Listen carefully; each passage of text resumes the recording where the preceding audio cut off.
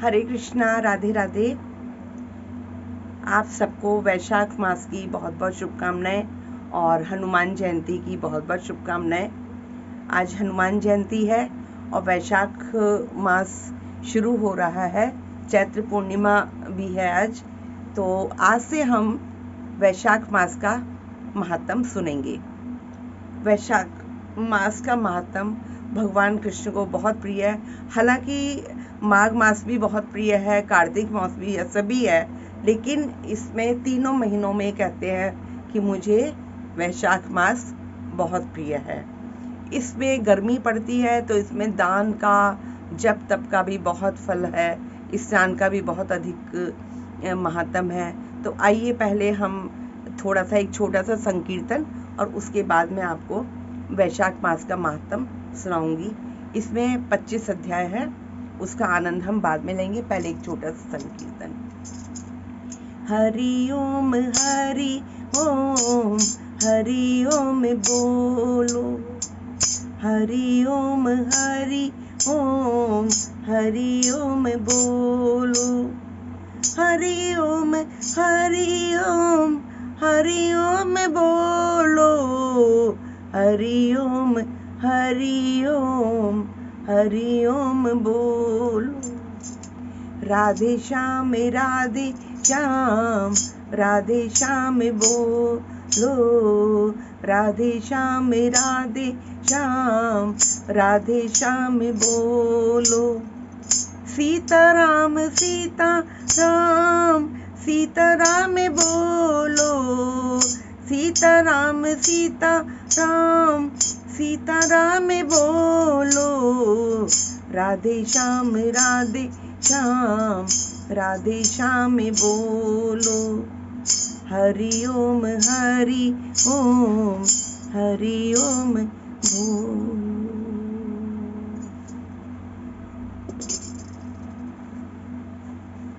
ओम श्री गणेशाय नमः।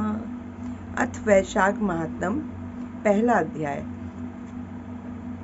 मनुष्यों में श्रेष्ठ नर और नारायण को नमस्कार कर और देवी सरस्वती और व्यास जी को प्रणाम करके उनकी जय बोलता हूँ। सूत जी बोले, परमेष्ठी ब्रह्मा के पुत्र नारद जी से राजा अम्बरीश ने पवित्र वैशाख मास का महात्म पूछा। राजा अम्बरीश बोले, हे ब्राह्मण, जो संपूर्ण महीनों के महात्म वर्णन किए वह मैंने अच्छी तरह से सुने। सभी महीनों में वैशाख मास श्रेष्ठ है, अतः वैशाख का महात्म मुझे विस्तार से कहिए, मुझे सुनने की बहुत इच्छा है। यह मास विष्णु भगवान को प्यारा क्यों है और इसमें कौन कौन से धर्म कार्य उनको क्यों प्रसिद्ध प्रिय है। इस महीने में हमको क्या दान करना चाहिए और उसका क्या फल प्राप्त होता है। ये सब कार्य किस देवता को प्रसन्न करने के लिए किए जाते हैं। इस मास में करने योग्य काम क्या है, कौन से कार्य विष्णु भगवान को प्रिय है और इसमें क्या दान किस लिए किया जाता है, उसका फल और उद्देश्य क्या है। इस मास में किन किन वस्तुओं से भगवत पूजन करना चाहिए। हे नारद, ये सब आप मुझे विस्तार से सुनाइए और मैं श्रद्धा से सुनूंगा। ऐसा राजा अम्बरीश ने नारद जी से अभिलाषा जाहिर की। नारद जी बोले, हे राजन, सभी महीनों का महात्म पहले विष्णु जी ने लक्ष्मी जी से किया था, जो मुझसे ब्रह्मा जी ने कहा है। सब महीनों में कार्तिक, माघ और वैशाख मास श्रेष्ठ हैं। इन तीनों में भी वैशाख मास सबसे श्रेष्ठ माना गया है। ये महीना माता के समान सब जीवों का अभीष्ट फल देने वाला है। इस महीने में दान, यज्ञ, व्रत और स्नान करने से सब पापों का नाश हो जाता है। ये महीना धर्म, कर्म, यज्ञ और तप का सार है। इसकी देवता भी प्रशंसा करते हैं।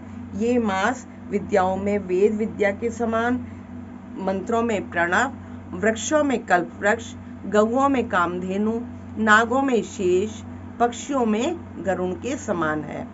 देवों में विष्णु और वर्णों में ब्राह्मण, प्रिय वस्तुओं में प्राण और मित्रों में भार्या के समान है। ऐसा नारद जी समझा रहे हैं। नदियों में गंगा के समान, तेजस्वियों में सूर्य, शस्त्रों में चक्र, धातुओं में सुवर्ण, वैष्णवों में शिवजी के समान, रत्नों में कौस्तुभ मणि के समान, और धर्म के लिए ये सब में उत्तम मास है। इस मास के समान विष्णु भक्ति उत्पन्न करने वाला और कोई भी महीना नहीं है। इस महीने में विष्णु भक्ति सबसे ज़्यादा उत्पन्न होती है। मेष की संक्रांति वैशाख मास में सूर्योदय से पहले जो भी मनुष्य स्नान करता है, मतलब वैशाख मास की जो संक्रांति आती है उसमें सूर्योदय से पहले जो भी मनुष्य पहले स्नान करता है उससे विष्णु भगवान लक्ष्मी जी सहित अत्यंत प्रसन्न होते हैं। जैसे अन्न से सब प्राणी प्रसन्न होते हैं, वैसे ही वैशाख स्नान से निसंदेह विष्णु भगवान प्रसन्न होते हैं। वैशाख स्नान करने वाले मनुष्य और जो उसका अनुमोदन करता है वह भी सब पापों से छूटकर विष्णु लोक चला जाता है। मेष राशि के सूर्य में यानी कि वैशाख मास में प्रातःकाल एक बार भी स्नान करके जो मनुष्य करता है वह अपने महापापों से छूटकर विष्णु लोक को चला जाता है। वैशाख मास में स्नान करने के लिए जो मनुष्य एक पग भी जाता है उसे 10,000 अश्वमेघ यज्ञ करने का फल मिलता है, इसमें कोई संदेह नहीं। या एकाग्रचित होकर जो ऐसा मन ही मन संकल्प भी कर लेता है कि उसको गंगा स्नान करना है या जप तप करना है तो उसे भी निसंदेह 100 यज्ञ का पुण्य मिल जाता है। वैशाख स्नान के लिए धनुष के बराबर भी जो मनुष्य चलता है वह संसार के बंधनों से छूटकर बैकुंठ धाम को प्राप्त कर लेता है। ब्रह्मांड भर में तीनों लोकों में जितने भी तीर्थ हैं, हे राजेंद्र, वे सब नगर के बाहर के थोड़े से जल में भी रहते हैं। अगर आप गंगा स्नान के लिए जाते हैं या आसपास में कोई आपका तीर्थ है, कुंड है, तो आप वहाँ पे भी स्नान कर सकते हैं। अगर नहीं है तो आप घर में अपने स्नान करने के जल में गंगा जल मिला के स्नान कर सकते हैं। अर्थात वैशाख मास में स्नान के लिए किसी तीर्थ में ना जा सकें तो नगर के बाहर किसी जलाशय में स्नान कर लेना चाहिए, नहीं तो अपने घर में ही रहकर जल में गंगा जल मिलाइए और स्नान कर लीजिए। यम की आज्ञा से शास्त्रों में लिखे पाप उसी समय तक गरजते हैं जब तक मनुष्य वैशाख स्नान नहीं करता।